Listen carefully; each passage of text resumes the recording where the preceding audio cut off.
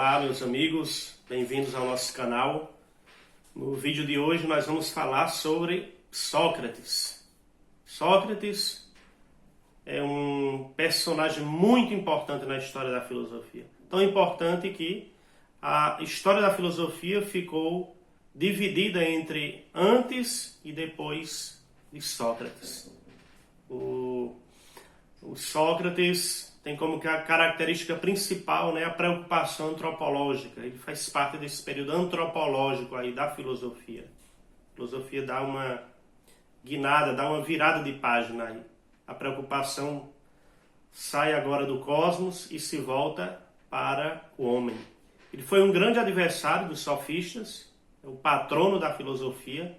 É dele a famosa frase, conhece a ti mesmo. Porque para ele a finalidade do conhecimento, em primeiro lugar, não é conhecer as coisas, os objetos sensíveis. É o homem voltar-se para ele mesmo, para dentro dele mesmo, e buscar conhecer quem ele é. Nós sabemos que esta é uma pergunta filosófica que todo homem faz a si mesmo. Quem de nós nunca fez essa pergunta? Quem sou eu?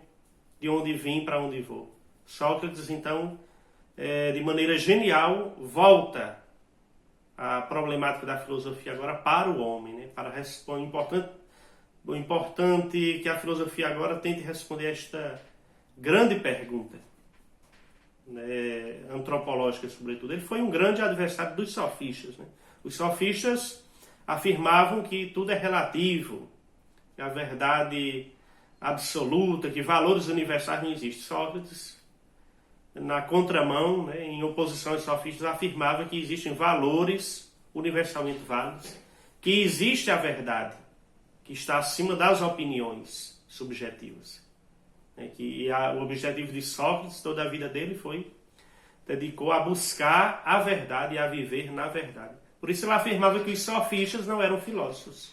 Os sofistas eram farsantes, que vendiam o conhecimento, que não estavam preocupados com a verdade, mas somente em ensinar, argumentar, ensinar a arte da retórica,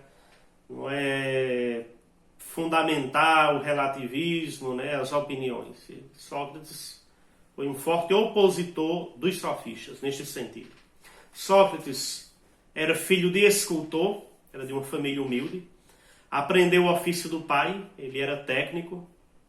A sua mãe era parteira, estudou geometria, astronomia, cosmologia, foi soldado na guerra do Peloponeso. Politicamente ele foi respeitador das leis da cidade. Adotou como missão o oráculo inscrito no templo de Apolo, Delfo. Conhece-te a ti mesmo. E nada escreveu. O que conhecemos de Sócrates devemos a Platão, foi seu discípulo.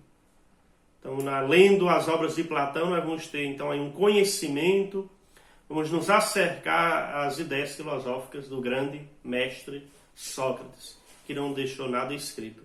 Se conta uma história, não se sabe se é verdade ou não, mas isso não vem ao caso. Que Sócrates costumava passear pelo mercado de Atenas, e ali olhava muita coisa e não comprava nada. E uma pessoa pergunta o que ele fazia ali todos os dias, andando, se ele não ia comprar nada. E ele dizia, estou aqui simplesmente observando uma série de coisas das quais eu não necessito para ser feliz. É uma história muito interessante porque, ela, sendo verdadeira ou não, ela ilustra muito bem a essência do pensamento de Sócrates. Quem é o homem para Sócrates? O homem é a sua alma. A alma, no sentido aqui, que o homem é um ser racional, o centro das decisões no ser humano. O que define o ser humano é este elemento racional, que ele chama de alma. O homem tem uma alma, tem uma identidade. E o homem deve se preocupar em conhecer, em cuidar dele como pessoa, sobretudo da alma. O corpo, para ele, neste sentido, é um instrumento da alma. O homem não deve cuidar mais do corpo do que da alma. E ele tem essa visão aí antropológica do ser humano. O que o ser humano necessita para ser feliz não está nas coisas materiais, nas coisas que se podem comprar. Está em ele ordenar a sua vida moral de acordo com o bem, com a verdade, com as virtudes, que para ele está na capacidade racional do homem.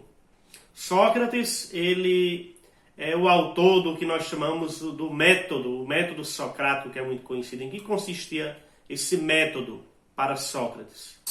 O método ele se divide em duas partes, né? A ironia e a maiêutica. Sócrates gostava de dialogar com seus discípulos.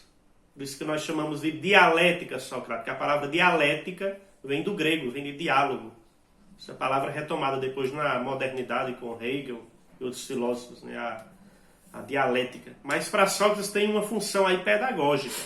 Para chegar ao conhecimento da verdade é preciso o homem reconhecer a sua ignorância. Por isso que Sócrates afirmava, só sei que nada sei.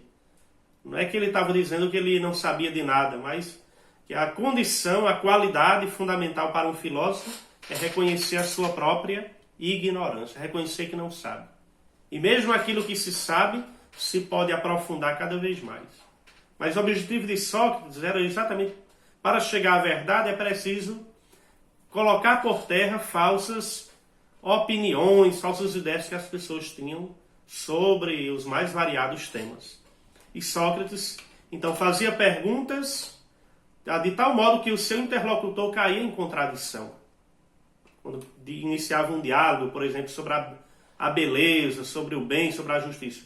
Para Sócrates, por exemplo, não lhe interessava a beleza de um objeto em si, mas entender o que é a beleza, em que consiste a essência da beleza.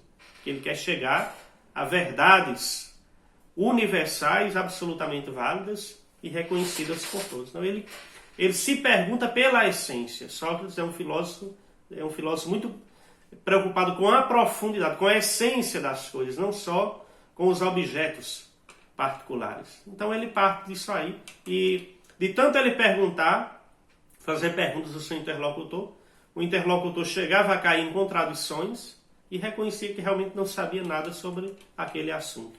Então, era uma ironia pedagógica, não ironia no sentido negativo, de menosprezar o outro, de humilhar o outro, mas para levar o discípulo a reconhecer ali a sua ignorância e a saber que precisava aprofundar bem sobre aquele tema até chegar à verdade, né? Sobre aquela realidade estudada ou debatida.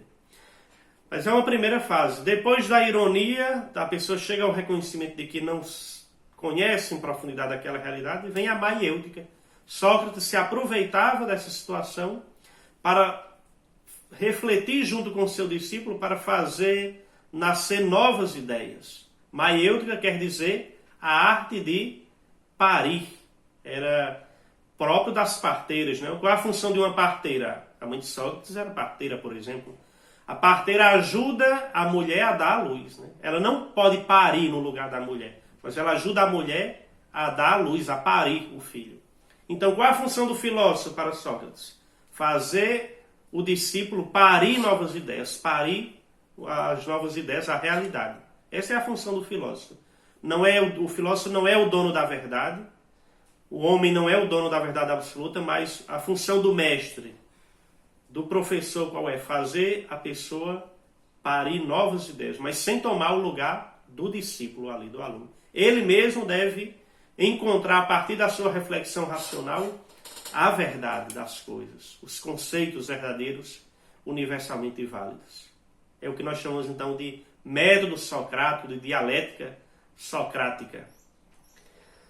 Nós já falamos que para Sócrates, o homem é fundamentalmente alma. Nós somos herdeiros desta grande concepção do homem que marca toda a história ocidental. O homem é, sobretudo, a sua racionalidade. O homem é um ser racional, né? Por natureza. O homem é um ser que conhece a realidade e que, portanto, é capaz de conhecer a si mesmo. No entanto, Sócrates, que tinha uma visão altamente positiva do ser humano, ele defende que a virtude vem ao homem pelo conhecimento. Quanto mais o homem conhece, mais virtuoso ele é. E aí entra um paradoxo da ética socrática, da moral socrática, porque Sócrates dizia que o homem só pode pecar ou fazer o mal por ignorância. Não era possível, de acordo com Sócrates, um homem conhecer o que é o bem e o mal e ainda por cima escolher o mal. Era uma visão aí altamente otimista do ser humano. Altamente otimista. Sócrates não levou em conta aí o elemento da vontade, né? Nós sabemos que aí é um paradoxo, porque a história da humanidade nos prova isso. Que muitas vezes nós sabemos o que é o bem, o que é o mal, mesmo assim escolhemos fazer o mal.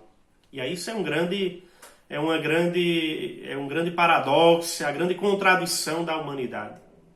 O homem, ele não basta conhecer o bem para realizar o bem, é preciso educar a sua vontade, orientar a sua vontade. Mas devemos aprender aí do grande Sócrates esta grande contribuição, né, de acreditar no ser humano, ter uma visão altamente otimista do ser humano, acreditar que o homem é capaz de realizar o bem na sua vida, mas que, claro, só o conhecimento intelectual não basta. É preciso aí uma educação da vontade, é preciso aí educar o homem na sua totalidade neste sentido, levando em conta o aspecto da vontade também. Por hoje é só, aqui apenas uma gota no meio do oceano. Sócrates é um filósofo que vale a pena não só estudar, mas meditar. Muitos chegam a comparar com Jesus Cristo, fazem uma analogia com Jesus, historicamente falando. Ele foi condenado à morte, acusado de corromper a juventude, de estar contra os deuses, foi acusado até de ateísmo, né? Mas fiel às suas ideias, um homem de uma liberdade interior profunda, ele aceita beber lá um vinho que era misturado com um pouco de veneno chamado cicuta, né? E ele bebe e recusa fugir, né? E assume as suas convicções até o final da sua vida, né? Mas nós sabemos que Sócrates não era ateu, coisa nenhuma. Ele apenas criticava, era contra aquela concepção dos deuses gregos, mas não era ateu, coisíssima nenhuma.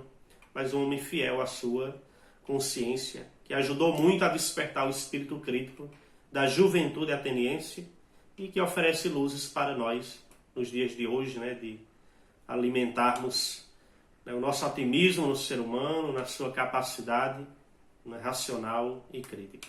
Um forte abraço e até o nosso próximo vídeo.